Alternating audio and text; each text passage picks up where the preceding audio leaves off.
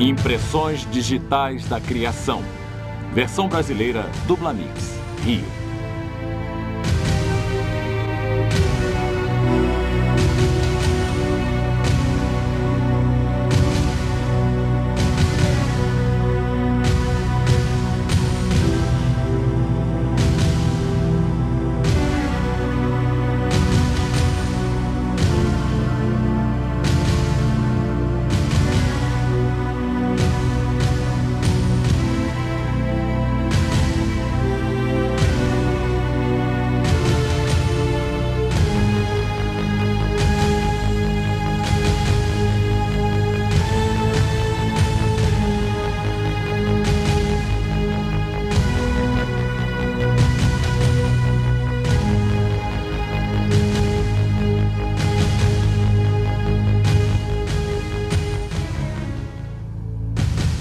Muitas teorias tentaram descrever quando e como nosso planeta foi formado. Porém, até recentemente, havia poucas evidências de peso para lhe dar apoio. Agora, no entanto, uma nova descoberta lançou diante dos olhos do mundo um modelo revolucionário de nossas origens, forçando muitos cientistas a pensar no impensável.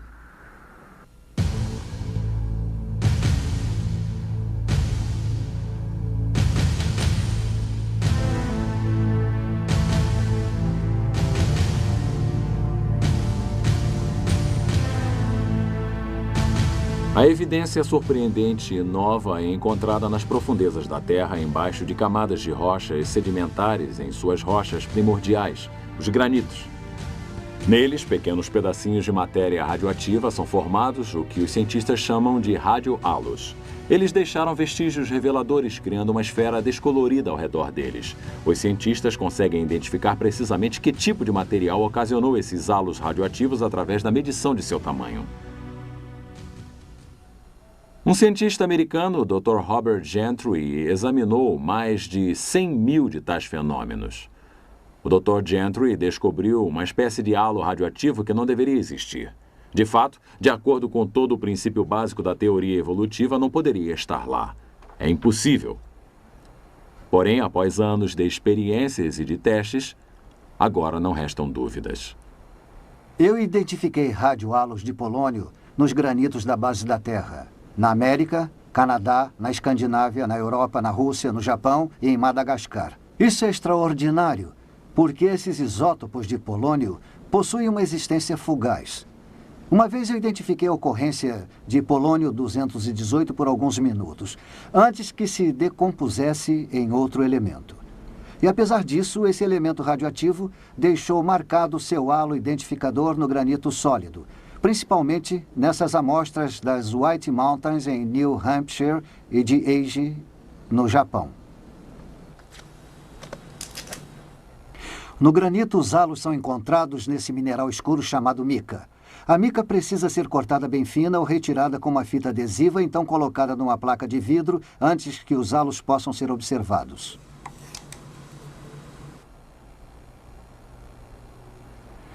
A animação nos ajuda a entender a origem do halo de 3 anéis de polônio-218, agora sendo observados através do microscópio. Os 3 padrões em forma de raios que saem do minúsculo centro representam 3 partículas de núcleo de energia diferentes que sucessivamente saíram de 3 diferentes isótopos de polônio encaixados no minúsculo centro. O efeito cumulativo de milhões de tais partículas libera o mineral ao redor do centro, o que produz 3 esferas concêntricas e coloridas de tamanho microscópico. No mineral, o halo é sempre tridimensional. Sob o microscópio, no entanto, ele parece plano. Pegando uma fatia fina do mineral através do centro, nós cortamos a parte superior e o fundo das esferas e podemos ver os halos com uma série de 3 anéis concêntricos sob o microscópio, conforme está ilustrado nessa sequência animada. De acordo com todas as teorias científicas atuais, os granitos, tais como esta amostra de Price Peak no Colorado, são originários de um estado derretido da matéria, resfriado, cristalizado e endurecido por milhões de anos. Porém, se assim fosse, a radioatividade produzida pelo polônio jamais poderia ter sido captada. Teria se decomposto muito antes que a rocha se solidificasse. Os grãos de polônio que criaram estes radiohalos estavam profundamente situados no granito. O elemento estava lá de alguma forma quando a rocha se formou, mas somente pode formar o radiohalo depois que a rocha já se solidificou. E se o polônio resiste apenas durante alguns segundos ou minutos, a implicação irá deixar estupefatos todos aqueles que estejam dispostos a ouvi-la. Os radiohalos de polônio indicam que as pedras da base da Terra, os granitos, se formaram quase que instantaneamente. De fato, há evidência de que os granitos teriam que ter se formado instantaneamente. Cientificamente, eles não podem ser explicados de outra forma. David Gentry, filho do Dr. Robert Gentry e parceiro no trabalho de seu pai acerca da criação. Podemos demonstrar o princípio dos radiohalos de polônio. Imaginem que esta pastilha de Alka-Seltzer seja uma partícula de polônio e este copo d'água seja um pedaço de granito liquefeito. Eu jogo a pastilha e ela começa a efervescer. Pensem nessas bolhas como a radiação liberada por aquele polônio engastado no granito. A efervescência irá desaparecer em cerca de 30 segundos e só teremos um copo d'água ligeiramente toldada. Bem, só há uma maneira de podermos preservar tais bolhas conforme estão. Podemos colocar o copo d'água no congelador. A água, é claro, iria se solidificar após um tempo. Isso é algo similar ao que a teoria evolutiva sugere, que a rocha derretida lentamente se resfria para formar o granito. Mas como já devem ter imaginado, congelado este copo de Alka-Seltzer não adiantaria nada. As bolhas terão desaparecido muito antes da água se transformar em gelo. E isso seria o que teria acontecido à radiação de polônio se o granito tivesse se resfriado. Teria desaparecido muito antes que qualquer radiohalo pudesse ficar impresso na rocha sólida. Se eu lhes mostrar um copo d'água congelada com toda a efervescência da pastilha ainda intacta assim, saberão que algo aconteceu para congelar instantaneamente a água. Nesse caso, nós a congelamos instantaneamente dando uma pausa no videotape. Da mesma forma, se olharmos para o radiohalo demonstrado de forma irrefutável como sendo produzido por um certo tipo de polônio, nós podemos saber que o granito a seu redor teria que ter sido formado instantaneamente. As implicações são incríveis. Se o Dr. Robert Gentry estiver correto, todas as hipóteses evolucionistas acerca da Terra ter sido formada ao longo de milhões ou bilhões de anos estão erradas. E o relato de Gênesis sobre a criação da Terra é corroborado. Mas estaria certo o Dr. Gentry? Seria ele um cientista solitário conduzindo sua pesquisa isoladamente? Se seus resultados experimentais fossem trazidos à baila, outros cientistas seriam capazes de refutá-los rapidamente? Para dizer a verdade, o Dr. Gentry conduziu grande parte de sua pesquisa sobre radiohalos no Laboratório Nacional Oak Ridge, no Tennessee. Seus resultados foram publicados por muitas das principais publicações científicas do mundo: Science, Nature, Geophysical Research Letters, Earth and Planetary Science Letters, Physical Review Letters, Annual Reviews of Nuclear Science. Artigos que aparecem em tais publicações estão sujeitos ao exame dos colegas, ou seja, outros cientistas do mesmo campo examinam cuidadosamente as evidências apresentadas e a experimentação utilizada para ver se houve algum erro nos dados. Até agora, parece que ninguém conseguiu contradizer os resultados do Dr. Gentry. Ninguém conseguiu encontrar alguma falha em sua teoria. Em dezembro de 1981, o Dr. Robert Gentry foi intimado a depor num julgamento no Arkansas, onde a Comissão de Direitos Civis da América tentava impedir o ensino da teoria criacionista nas escolas públicas daquele estado. Ele apresentou seus resultados aos radiohalos de polônio como prova de uma criação instantânea dos granitos. A comissão trouxe um geólogo dos mais renomados, Dr. Brad Derribble, para testemunhar a favor da evolução. Porém, no banco de testemunhas, nenhuma evidência científica pôde desafiar essa descoberta a favor do criacionismo. E, ao invés disso, ele foi referido como citando um pequeno mistério que não podemos explicar. Com tal conhecimento, vamos voltar para obtermos um quadro maior para colocarmos em perspectiva tal descoberta revolucionária. Em particular, como é que isso afeta a idade da Terra?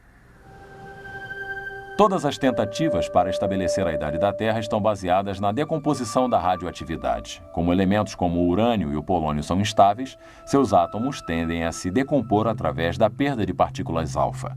Ao longo de um período de tempo, átomos instáveis se decompõem através de uma cadeia até chegar a um outro átomo estável totalmente diferente. O urânio instável, por exemplo, poderá se tornar num tipo de chumbo. Os cientistas observaram que os elementos radioativos se decompõem na atualidade a índices incrivelmente constantes. Eles conseguem predizer precisamente se um elemento irá passar por cada um dos vários estágios existentes na cadeia de decomposição se o índice atual persistir. Os geólogos achavam que poderiam usar o índice de decomposição para precisar a era geológica, a idade das rochas. Eles estudaram rochas que continham amostras de elementos radioativos.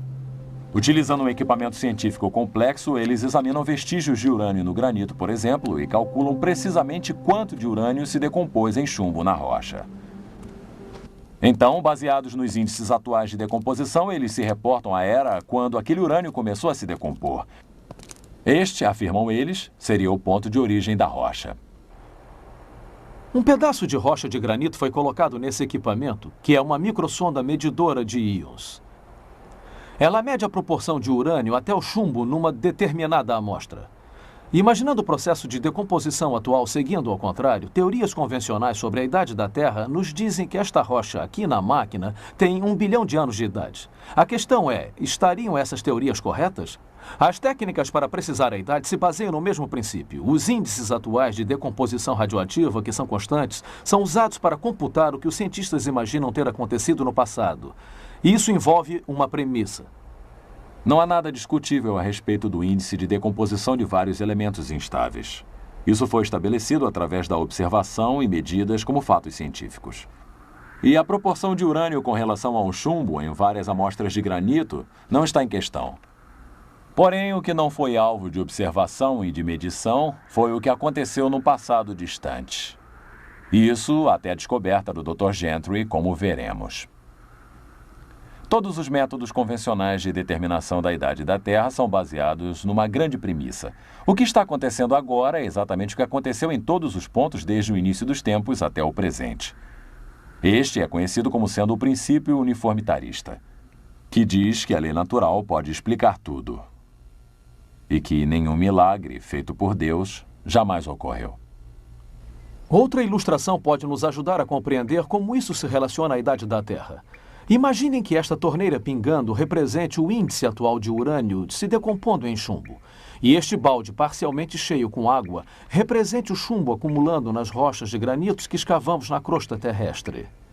Agora podemos medir precisamente quantas gotas caem por segundo. E podemos medir precisamente quanta água há dentro do balde. Dessa forma podemos calcular há quanto tempo a torneira vem pingando. Tudo isso está muito bem. Mas digamos que em algum momento tenha se tornado um filete constante. Mesmo que temporariamente. Então, mesmo que saibamos precisamente os índices de decomposição atuais e a proporção atual de urânio para o chumbo nos granitos com precisão, tais fatos não nos dizem nada a respeito da época em que a rocha foi formada, a não ser que a decomposição do urânio tenha sido constante. O que os radiohalos de polônio demonstram claramente é isto. Em determinado momento, o princípio uniformitarista foi rompido e algo muito diferente aconteceu no passado. Algo que questiona o índice constante de decomposição radioativa. Para vermos se foi assim, precisamos entender como os halos de polônio e de urânio foram descobertos, ou seja, como foram considerados separados e distintos dos halos formados pela decomposição do urânio. A maioria dos radiohalos exibem vários anéis concêntricos com dobras descoloridas e de uma forma um tanto diferente. Eles parecem um alvo de dardos. Cada anel representa uma espécie de elemento diferente na cadeia de decomposição do urânio. O par de urânios envia partículas alfa, que caminham a uma certa distância precisa, criando um halo inconfundível e identificável. Assim fazem os outros elementos no processo de decomposição, criando seus próprios anéis. Vocês podem ver as evidências do processo de decomposição do urânio nesses anéis. Mas o que fiquei surpreso ao descobrir foram halos que começavam com o polônio. Não havia evidências de qualquer urânio que os produzisse. Isso não deveria acontecer. O polônio só deveria existir na natureza como fazendo parte da cadeia de decomposição do urânio, até que os últimos eventos da cadeia ocorram e o tal elemento se transforme em chumbo. Por tudo o que sabemos até hoje, o polônio não pode existir à parte do processo de decomposição. No entanto, visto através do microscópio, algo muito diferente acontecera no passado. O polônio isolado. Algo não explicável, de acordo com as leis científicas atuais. Eu descartei todas as possibilidades, menos o elemento primordial do polônio, o qual foi criado desde o início. Uma das experiências que descartou o urânio e que confirmou o polônio primordial como a causa dos halos de polônio perdidos em granitos foi realizada com a microsonda de íons.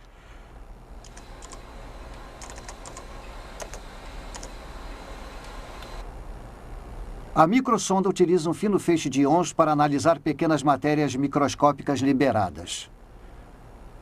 A experiência foi criada para que o feixe de íons causasse impacto diretamente sobre o centro do halo, lançando em ambos os lados átomo por átomo para depois serem analisados pelo espectrômetro magnético. Um número significativo do elemento polônio-219 foi analisado utilizando a microsonda de íons. O resultado foi positivo e irrefutável. Os centros dos halos de polônio-218 continham o chumbo-206, um produto direto da decomposição do polônio-218, sem que o urânio correspondente fosse encontrado nos halos de urânio. Tais resultados confirmam que os halos de polônio em granitos foram originários de um polônio primordial. Tais halos não apenas indicam que os granitos em que são encontrados foram formados quase que instantaneamente, como também indicam que o processo envolvido tenha sido significativamente diferente do que o que observamos no presente. Isso nos leva às implicações de longo alcance a respeito das descobertas do Dr. Gentry. Se os índices de decomposição radioativa não foram constantes, então os métodos convencionais para o cálculo da idade da Terra não têm significado. Eles simplesmente não funcionam. Os radiohalos do polônio oferecem provas de que um processo diferente ocorreu quando esses granitos foram formados. Esta é uma prova clara que invalida o princípio uniformitarista. As leis naturais não conseguem explicar tudo. Por exemplo, os halos de polônio. E milagres de Deus ocorreram, tais como a criação instantânea de granitos. O princípio uniformitarista era a argamassa que amparava toda a teoria da evolução. A descoberta do Dr. Gentry dissolveu tal argamassa. As sólidas evidências dos radiohalos de polônio contradizem de maneira definitiva o princípio uniformitarista e colocam uma ameaça para toda a teoria evolucionista na qual os cientistas investiram com tanto empenho durante um século e meio. Resumindo, os radiohalos do polônio e o princípio uniformitarista não podem coexistir ambos no mesmo universo. Tem que ser um ou o outro. Então, qual foi a reação da comunidade científica a essas provas? A primeira reação de muitos cientistas que passaram suas vidas investindo na teoria da evolução foi a de tentar descartar a evidência dos radiohalos. Tipicamente, eles a encararam como um pequeno mistério que tem de dar lugar a todas as outras evidências a favor da evolução e a favor de um índice constante de decomposição de radioatividade. Dr. Bruce Horman, professor de Química na Universidade Luterana de Wisconsin. Qualquer cenário para a formação da Terra tem que explicar como os halos de polônio foram formados nos granitos. Se pensarmos que a Terra sofreu um resfriamento ao longo de milhões de anos, há uma contradição, não importa como a encaremos. Porém, pode ser facilmente explicada se pensarmos que a Terra foi criada por Deus da maneira descrita pela Bíblia. Robert Gentry vem publicando seus trabalhos há muitos anos na literatura científica e sobre vários assuntos. Seus resultados sobre os halos de polônio estão nos jornais científicos há 25 anos e não puderam ser refutados no julgamento do Arkansas. O que me surpreende é a má vontade da comunidade científica em trazer seu trabalho para o centro da discussão científica numa terra que se orgulha da liberdade de pesquisa e de expressão. Nós devemos ao Dr. Gentry a oportunidade de compartilhar seus resultados, suas descobertas e suas aplicações a respeito. Por que a comunidade científica não levou essas evidências ao centro da discussão? A essência da ciência é a de testar todas as teorias através de repetidas experiências. Foram assim que as leis básicas da física e da química foram descobertas. Foi assim que os resultados do Dr. Gentry foram obtidos. Se algo está errado, por que os evolucionistas não refutaram, publicando seus resultados nos jornais científicos, onde seus trabalhos foram publicados? Os evolucionistas teriam enchido as páginas das publicações científicas refutando as provas a favor do criacionismo se pudessem ter feito isso. Sua ausência expõe o que há muito tempo tem sido um grande segredo na ciência. Os evolucionistas cometeram um erro colossal criando a teoria de uma Terra que se desenvolveu sobre a premissa de que os granitos se formaram naturalmente, sem ter evidências científicas sólidas para apoiar tal premissa. Sua incerteza foi amplamente expressada através de um comentário feito por um renomado geólogo que se pronunciou no Simpósio Internacional sobre a origem do granito em 1947. Senhor presidente, senhoras e senhores, é um prazer fazer parte de uma discussão desse tipo, por 2 motivos. Em primeiro lugar, os jornais e o rádio nos trazem diariamente problemas e nos ameaçam com consequências drásticas se não os solucionarmos. Nesse simpósio, nós tratamos de um problema que, na verdade, é um velho amigo. Tal problema remonta, na verdade, a todos os anos durante os quais houve uma ciência da geologia. Jamais ficamos satisfeitos em termos encontrado uma solução. E, portanto, devemos notar que nenhuma consequência grave surgirá se não chegarmos a tal solução. D. A origem do granito, Sociedade Geológica da América, Memoir 28, F. Fitz Osborne, Universidade Laval, Montreal. Apesar dessa atitude de descaso, os geólogos teriam bons motivos para se preocuparem com a origem dos granitos, mesmo antes das evidências sobre os halos de polônio terem sido publicadas. Esta rocha é a riolite. Ela se formou quando o granito se derreteu na terra, forçou seu caminho para a superfície e lentamente se resfriou. Seus cristais são quase que microscópicos e de cor clara. Em contraste, o granito possui minerais escuros que contêm os halos de polônio e seus cristais são muito maiores. Os geólogos esperavam estar certos ao assumir que o granito se formou através do lento resfriamento nas profundezas da Terra, mas desde o início eles obtiveram evidências de que tal premissa estava errada. Esta riolite, formada através do lento resfriamento a uma profundidade de 555,3 metros, exibe apenas diminutos cristais. Não é um granito. Então, os geólogos teriam que presumir que os granitos se formariam a uma profundidade bem maior. Na década de 60, os geólogos derreteram pequenos pedaços de granitos e deixaram que esfriassem lentamente sob condições de calor e de pressão existentes a grandes profundidades na Terra. Esta é uma pedra produzida em tais experiências. Tem apenas pequenos cristais, como a riolite. Não tem cristais grandes, não tem cristais escuros. Não é granito. Os halos de polônio nos dizem que os granitos se formaram pela criação, não por processos naturais. Os granitos contêm a assinatura da criação. Riolites e pedras criadas em laboratório não têm. É tudo bastante simples. Apesar de tais fatos, em 1987, geólogos ainda tratavam da origem dos granitos como em 1947, quando foi mencionado como sendo um velho amigo. O simpósio de 1987 terminou com o seguinte lamento. Conforme foi bem documentado pela discussão durante esta reunião, muitas antigas questões ainda são debatidas. Eu espero que daqui a 100 anos não estejamos debatendo as origens dos granitos. Professor W.S. Fife, Departamento de Geologia, Universidade de West Ontário, Canadá. Porém, 4 anos mais tarde, em 1991, geólogos no segundo simpósio de Hutton sobre a origem dos granitos e rochas correlatas não conseguiram realizar seu desejo e as mesmas questões foram debatidas. O geólogo Dr. Andrew Snelling, da Fundação Criacionista Científica da Austrália, examinou as evidências de campo quanto à origem dos granitos e considera as possibilidades de sua criação. O estudo da geologia se dedica a pesquisar a história da Terra e a origem das rochas que cobrem a superfície da Terra. Então, se estudamos a origem dos granitos, é uma coisa importante, porque não é apenas uma questão isolada. O motivo é porque essas rochas, esses granitos, são encontrados em todos os continentes da superfície da Terra, expostos em áreas visíveis, às vezes por centenas de quilômetros quadrados, como, por exemplo, aqui no sul da Califórnia.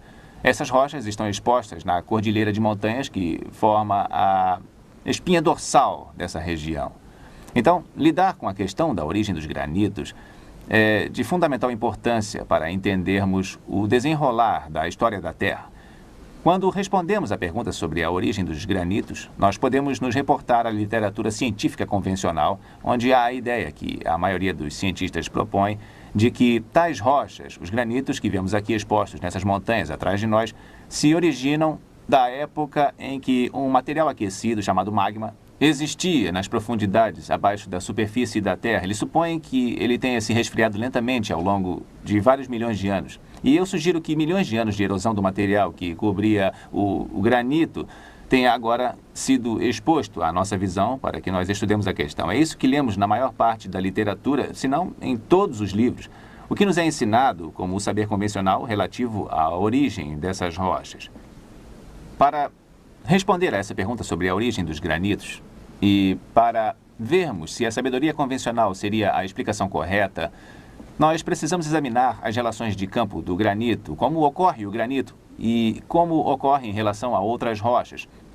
Aqui, por exemplo, no sul da Califórnia, nas cordilheiras, onde esses granitos são expostos em centenas de quilômetros quadrados, nós encontramos algumas relações bastante estranhas para as quais o saber convencional não parece ter explicação. Por exemplo, nós vemos, como aqui nessa rocha, uma parte escura, como se fossem blocos e remendos que estão claramente delineados e facilmente visíveis contra o granito normal. E em outros lugares podemos ver o que parece ser um material com veios. E isso suscita a pergunta se por acaso teriam 2 ou talvez até 3 formas de magma derretido de diferentes composições. E também suscita a pergunta de como o saber convencional pode explicar formas derretidas assim, existindo lado a lado para produzir rochas desse jeito tão diferentes umas das outras. E mesmo assim não se misturam. Quando vamos até Bishop, por exemplo, aqui na Califórnia, nós podemos ver, na verdade, numa área montanhosa, material derretido, nesse caso que resfriou até o lodo, interagindo com uma rocha do tipo de granito, o minério de granito que nós temos. E lá onde sabemos com certeza que houve mistura e interação, nós podemos ver onde bolhas de minério de granito foram incluídas na pedra básica. E isso indica que, pelo que sabemos, o material derretido interagindo com a rocha, isso produz a mistura. E isso realmente suscita questões acerca do saber convencional que normalmente explicaria estas pedras que vemos aqui como talvez sendo várias formas derretidas resfriando ao mesmo tempo que deveriam se misturar. Porém, essas relações demonstram que não se misturaram. Isso nos leva a fazer a pergunta: existe alguma outra explicação possível para a origem destas rochas, para estes granitos? Eu acredito que haja outra explicação. Sabe, quando eu olho para estas pedras e eu vejo suas relações conforme nós discutimos aqui, nós somos levados a perguntar a nós mesmos: poderiam estas rochas ter sido formadas rapidamente, repentinamente? Afinal, não houve tempo para haver mistura. Não houve provavelmente calor envolvido, porque senão o calor teria colaborado para que a mistura ocorresse. Então, isso traz à minha mente a possibilidade de que nos fala a Bíblia, de que Deus criou as rochas no início. Poderiam estas rochas ser rochas que Deus criou?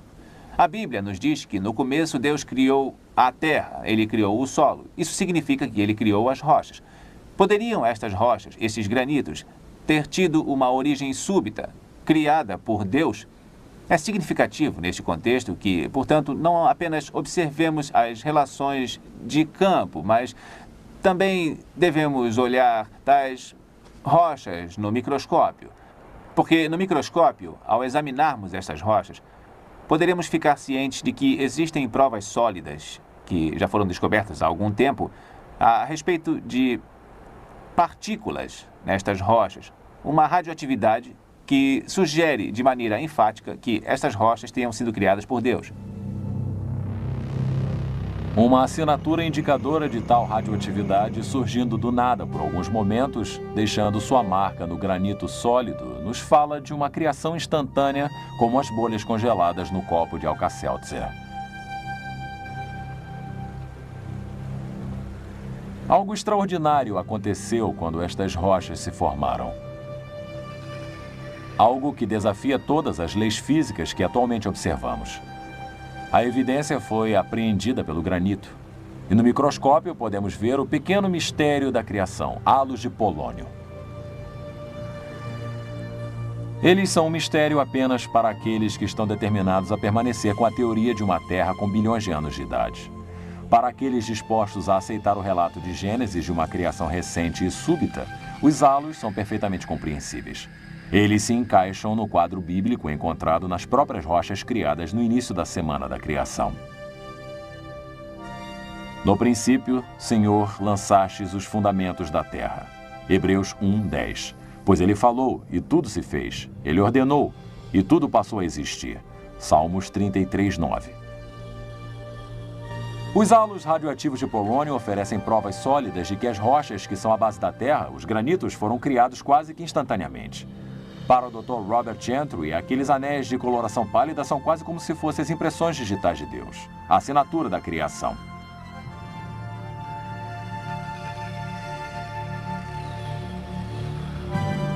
Para maiores informações, leiam o livro do Dr. Gentry, O Pequeno Mistério da Criação.